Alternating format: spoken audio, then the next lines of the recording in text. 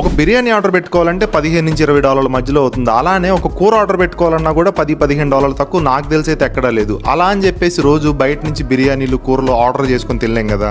అందుకే Telugu food at వాళ్ళు మన తెలుగింటి మీల్స్ ని డైలీ ఫ్రెష్ గా ప్రిపేర్ చేసి మీ ఇంటికే డెలివరీ చేస్తున్నారు.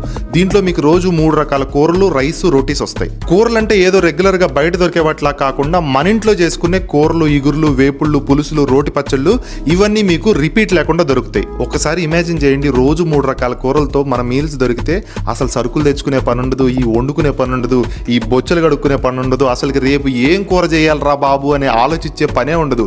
ఇంకేం కావాలి చెప్పు ఈ యాదవ జీవితానికి? నీకొద్దేమో, నాకు కావాలి. హానెస్ట్ గా చెప్పాలంటే అసలు ఆ వండుకోవడం అనే కాన్సెప్ట్ లేకపోతే మనకి డేలో 40% టైం సేవ్ అయిపోయింది.